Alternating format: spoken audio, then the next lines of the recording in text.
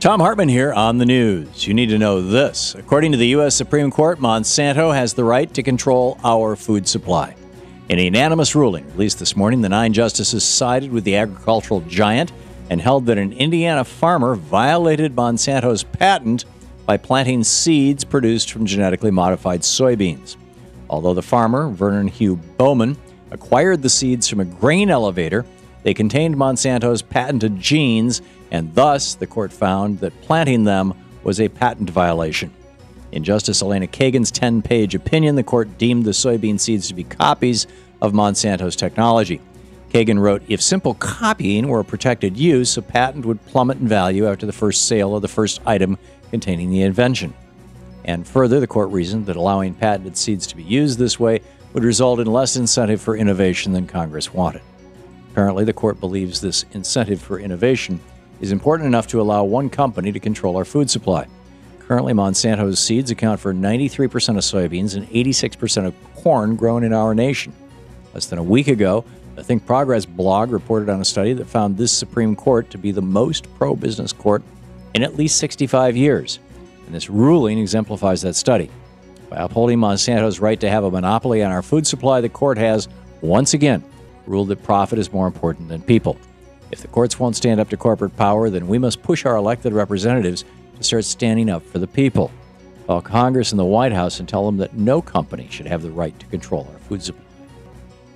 In screwed news, the city of West Texas and the residents are still recovering after a massive fertilizer plant explosion decimated their town. And now they're being told they may still have to pay property taxes on the homes that were destroyed by the deadly blast. To make matters worse, the taxes owed are based on the value of their homes before they were leveled, rather than on the current state of their demolished property. Tax law allows local governments to reassess the value of homes after a natural disaster, but doesn't grant that same power in cases of man-made destruction. But asking the West Fertilizer Company for assistance was out of the question, as the plant was only insured for $1 million, which doesn't even begin to cover the estimated $100 million in damages. So residents are now filing protests to their outstanding tax bills, asking for the amount to reflect the fact that many of their homes are completely demolished. If the town grants the reassessment, West Texas stands to lose millions in tax revenue, and if they don't, residents will be on the hook for taxes on homes they may never live in again. Loss of life and property are clear reasons why plants like this should be better regulated, and these outstanding tax bills add insult to injury. In the best of the rest of the news, Warren Buffett is making a huge investment in our future. Buffett's company, Mid-American Energy Holdings, is about to spend $1.9 billion on new wind farms in Iowa. That investment could fund the construction of more than 650 new wind turbines by 2015, which means more green energy and more green jobs for that state. And our government is helping to encourage more of these investments through green energy tax credits. Considering that we recently passed the 400 parts per million threshold of carbon in the atmosphere, we need more green energy sources like this now more than ever. These wind farms will be a major stepping stone for breaking our addiction to toxic fossil fuels, and the additional jobs will be a much-needed boost to our economy. It's great news that Warren Buffett is leading the way in wind energy production. Hopefully, more companies will see the economic and environmental benefits of green energy and follow in Warren Buffett's footsteps. Republicans have one mantra when it comes to elections: if you can't win, cheat. In a blatant attempt to steal power, Indiana Governor Mike Pence has eliminated 4 Marion County Council seats held by Democrats to give Republicans a controlling majority.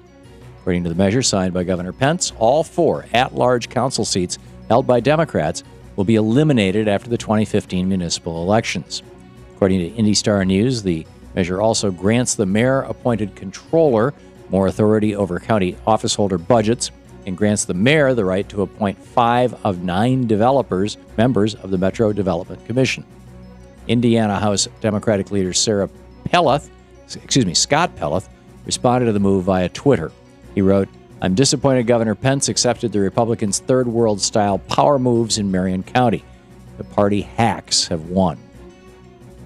You know, we've seen plenty of gerrymandering, voter disenfranchisement, and other means of stealing elections, but this is by far the most blatant theft of power.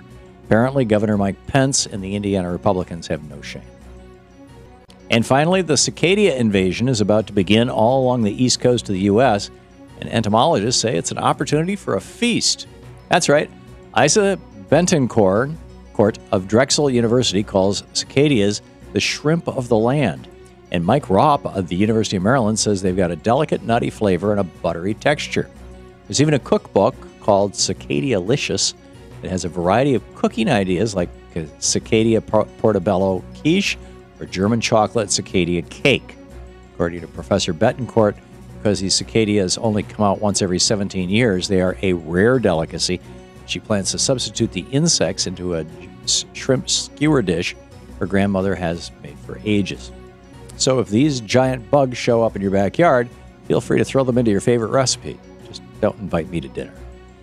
And that's the way it is today, Monday, May 13th, 2013.